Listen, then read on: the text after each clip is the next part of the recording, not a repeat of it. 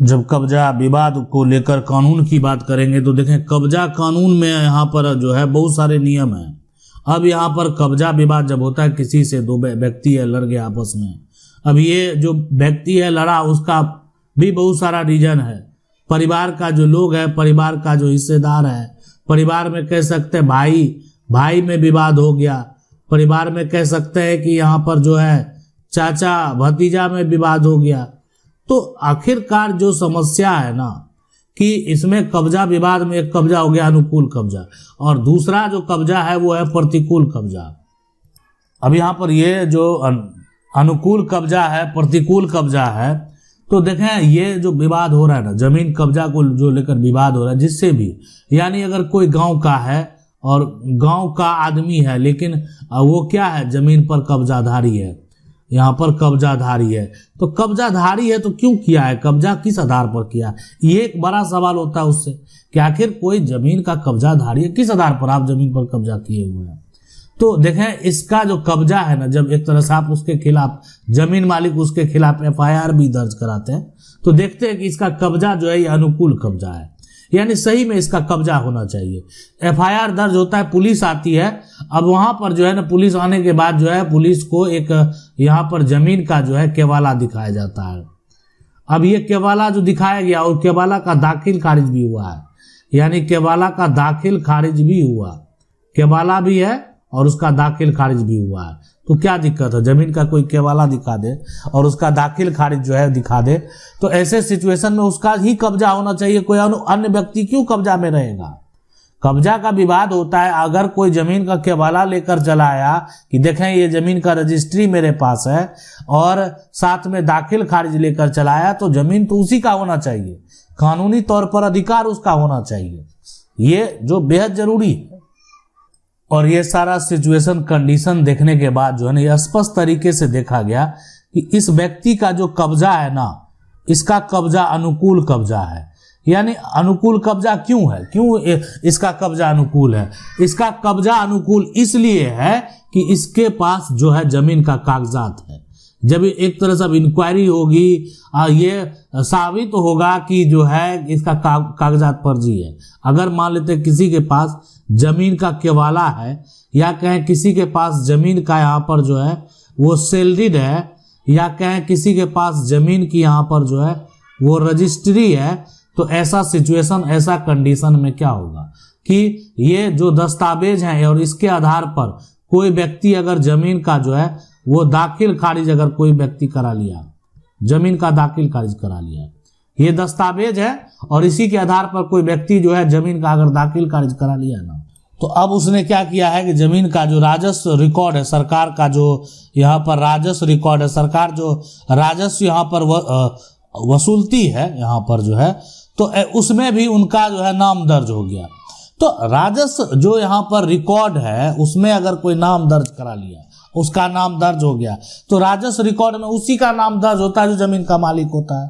तो इसका मतलब है कि ये व्यक्ति जो जमीन का कागजात दिखा रहा है, वो कागजात आखिरकार जो है राजस्व अधिकारी को दिखाया गया, लेकिन बाद में जब जांच पड़ताल किया गया तो पता चला कि इसका जमीन का केवाला फर्जी है।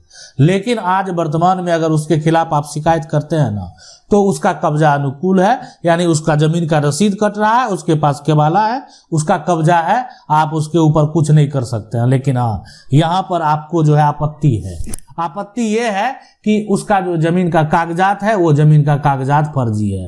आपका ये एक तरह से कहना है, आप ये आपत्ति लगा रहे हैं कि उसका कागजात फर्जी है, तो पहले क्या करना पड़ेगा, फर्जीवाड़ा का केस करना पड़ेगा, फर्जीवाड़ा साबित करना पड़ेगा। अगर ये फर्जीवाड़ा साबित होगा देन आगे आप जो है कुछ कर पाएंगे।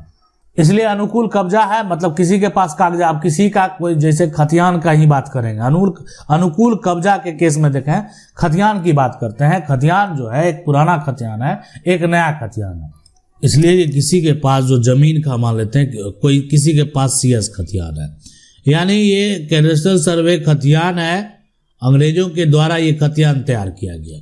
इसमें जो जमीन का मालिक है, जिनका नाम दर्ज है, जमीन मालिक का यहाँ पर नाम दर्ज है, और ये जो है ना मूल दस्तावेज होता है जमीन का, यानी आपके पूर्वज का नाम दर्ज होगा, दादा परदादा, बाद में जो है उन्हीं के जो उत्तराधिकारी होंगे उनके नाम से रिविजनल सर्वे, और आज भी हो रहे हैं। अभी वर्तमान में भी जो है कई राज्य में सर्वे देखने को मिला, और कई राज्य में अभी पुराना अगर कागजात वही मान्य है तो तब तो कोई दिक्कत नहीं है। लेकिन अगर CS खतियान में जो जमीन मालिक का नाम दर्ज है और RS में उसके उत्तराधिकारी का नाम दर्ज नहीं, दूसरा आदमी का नाम दर्ज हो गया। अब ये जो हुआ ये गलती से हुआ। ये तब होता जब जमीन को यानी CS खतियान से बेचा जाता, लेकिन गलती से दूसरा आदमी का नाम हो गया। तो गलती से नाम हो गया, लेकिन उन्होंने क्या किया, राजस्व रिकॉर्ड में नाम दर्ज करा लिया।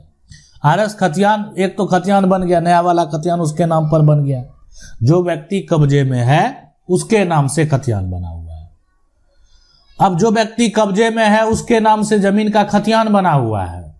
तो ऐसे सिचुएशन, ऐसे कंडीशन में, लेकिन मान लेते हैं जो भी आएंगे कागजात देखेंगे नहीं खतियान में नाम है, राजस्व रिकॉर्ड में नाम दर्ज है, लेकिन यानी और जमीन पर कब्जा भी है। यानी आप देख सकते हैं कि एक तो खतियान में जो है नाम दर्ज है, खतियान में नाम दर्ज जो है उसका नाम दर्ज है, जमीन का रसीद कट रहा है और जमीन पर कब्जा है। कोई भी देखेगा कहेगा नहीं जमीन का मालिक जो है यानी यही है, और इसका ये कब्जा जो है अनुकूल कब्जा है, इनके पास पोजीशन कायम है, क्या दिक्कत है। पुलिस भी आएगी, इंक्वायरी करेगी, अधिकारी आएंगे। तो अब है कि यहाँ पर एक बड़ा समस्या हो गया कि CS खतियान में जो उत्तराधिकारी होने चाहिए उसका नाम दर्ज होना था RS खतियान में, लेकिन कोई दूसरा आदमी का नाम दर्ज हो गया।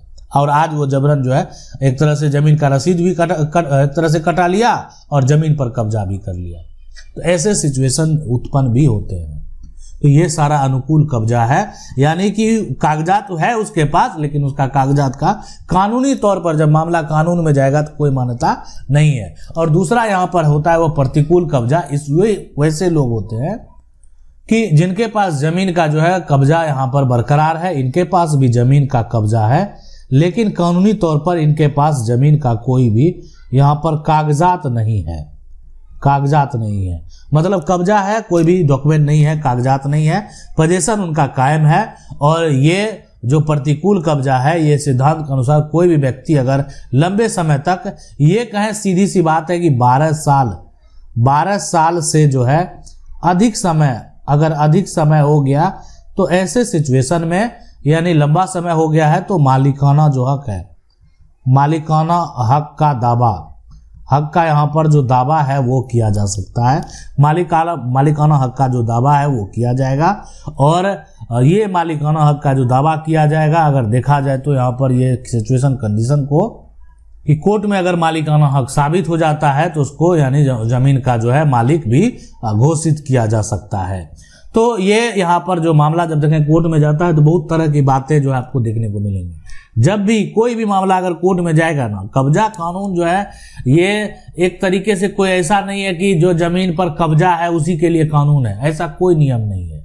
यानी ये कब्जा जो है कोई पोजीशन अगर एक तरह से किसी का जबरन करता है, जमीन हड़पता है, संपत्ति हड़पता है, तो ये जो जमीन के मालिक हैं, जमीन मालिक जो ये कह सकते हैं संपत्ति के मालिक हैं, संपत्ति के मालिक, कानून तो उन्हीं के लिए है, यानी कानूनी अधिकार तो उन्हीं का है। मामला देखें जज साहब के पास जाता है तो कब्जा तो ये खाली होकर रहेगा, जज साहब ऐसा कहते हैं। एक पक्ष है जो कि अपनी पक्ष उन्होंने रखा है, पुलिस जो है एक तरह से जो जांच पड़ताल अधिकारी जो जांच करते हैं तो वो भी स्पष्ट तरीके से कहते हैं कि जज साहब जो है इनका केवाला जो है वो फर्जी है, फर्जी कागजात के आधार पर ये दूसरे की जमीन को कब्जा किए हुए हैं। इस जो कागजात की जांच करने से स्पष्ट पता चलता है कि इस कागजात को कभी जो है रजिस्टर नहीं कराया गया, सिर्फ जो है एक फर्जी के जमीन का केवाला तैयार किया गया है और उसके आधार पर जमीन का यहाँ पर जो है म्यूटेशन करा लिया गया है और बाद में जमीन को कब्जा कर लिया गया। तो ये कानूनन अपराध है। अगर कोई भी व्यक्ति जमीन का फर्जी कागजात बनाकर और उसके बाद क्या करता है, जमीन पर जबरन कब्जा करता है, तो ये कानूनन अपराध है और उसके ऊपर जो है आपराधिक मुकदमा, और ऐसे व्यक्ति के ऊपर जो है ना, सीधी सी बात आप समझ लें, ऐसा अगर कोई व्यक्ति है तो उसके ऊपर यानी जो जमीन का जो है ना फर्जी जो दस्तावेज बनाने का आरोप उसके ऊपर लगना चाहिए। और इसके लिए नया कानून है, बीएनएस की जो धारा है, बीएनएस की धारा के तहत उसके ऊपर जो है कार्रवाई होगी। यहाँ पर धारा जो है बहुत सारे धाराएं आपको देखने को मिलेंगे। समानतः जो है धारा 336 हो गया, 337 हो गया, 338 हो गया, ये सभी जो है जालसाजी के लिए ही है।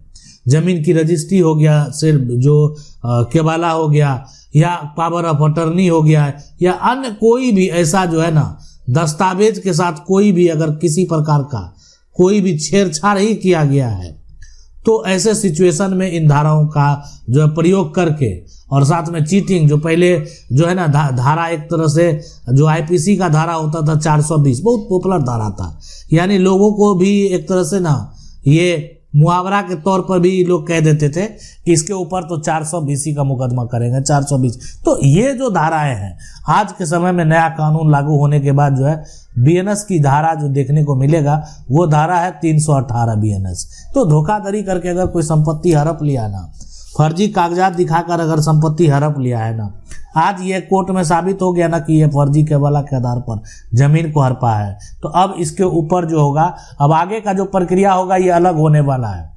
अब तक तो जांच पड़ताल जो है किया जा रहा था, अब उसके ऊपर क्या होगा, अब यहाँ पर उसके ऊपर जो है आपराधिक मुकदमा दर्ज किया जाएगा कि ये धोखे से दस्तावेज बनाते हैं, दूसरे की जमीन हड़पने का प्रयास करते हैं, और ये इन्होंने जो है गलत फर्जी वंशावली, परिवार का सदस्य है, फर्जी यहाँ पर वंशावली बनाकर जमीन को अपने नाम पर म्यूटेशन करा लिया है।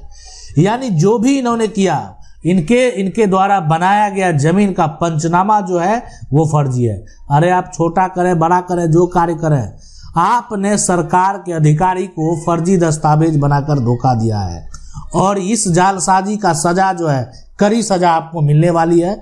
कई वर्षों तक का में तो जेल रहना पड़ेगा अब इनको, और साथ में जुर्माना अलग लगाया जाएगा। तो इसलिए इस तरह का कार्य करने से आपको बचना चाहिए। आज नहीं तो कल, जिस दिन है ना फर्जीवाड़ा साबित अगर हो गया तो फिर ऐसे लोग नहीं बच सकते हैं। और जहां पर देखें अनुकूल कब्जा है कि जो भी हुआ है गलती से हुआ है, अगर ये जानबूझकर फर्जी कागजात बनाकर कब्जा किए हैं, फर्जीवाड़ा साबित हुआ, तो फिर तो इनको जमीन जो है वो वापस करना ही पड़ेगा, जुर्माना भरना ही पड़ेगा, जेल जाना पड़ेगा। लेकिन गलती से जैसे कोई डॉक्यूमेंट तैयार हो गया, जमीन का खतियान तैयार हो गया, या किसी का म्यूटेशन हो गया जो व्यक्ति से कोई लेना देना नहीं है, और वो जबरन कब्जा कर लिया है, तो उन्होंने फर्जीवाड़ा, देखें फर्जी दस्तावेज उन्होंने नहीं बनाया, किसी कारण बस गलती से उनका नाम चढ़ा और वो उन्होंने जमीन को हड़पने का प्रयास किया। तो ऐसे सिचुएशन में ये इनका जो है एक तरह से फर्जी दस्तावेज बनाने का जो आरोप है इनके ऊपर नहीं लगेगा, इसलिए कि इन्होंने फर्जी दस्तावेज नहीं बनाया। इनके नाम से गलती से कोई अधिकारी की गलती से, कोई कर्मचारी की गलती से जो है इनका नाम आ गया, इनका जो नाम था उसमें एक प्लॉट नंबर दर्ज हो गया कि जो प्लॉट दूसरे का था, और ये क्या किए, देखे कि मेरे में दर्ज है, बस जाके उसको हड़प लिए, यानी जबरन जाकर कब्जा कर लिए। तो ऐसा सिचुएशन उत्पन्न हुआ। तो ये है कब्जा विवाद में अनुकूल कब्जा और प्रतिकूल कब्जा। अगर आप भी इस तरह का समस्या से अगर जूझ रहे हैं, और या अगर आपका समस्या कुछ अलग है, आप हमें कमेंट कर सकते हैं। मेरा प्रयास रहेगा, हम वीडियो के माध्यम से आपको बताएंगे क्या करना है, कैसे करना है, कौन सा रास्ता आपके लिए सही होगा। आशा करते हैं वीडियो अच्छा लगा होगा। वीडियो को लाइक जरूर कर दें, चैनल को पहली बार देख रहे हैं सब्सक्राइब करके जो बेल आइकन है उसको जरूर दबा लें। मिलते हैं अगले वीडियो में, तब तक के लिए जय हिंद।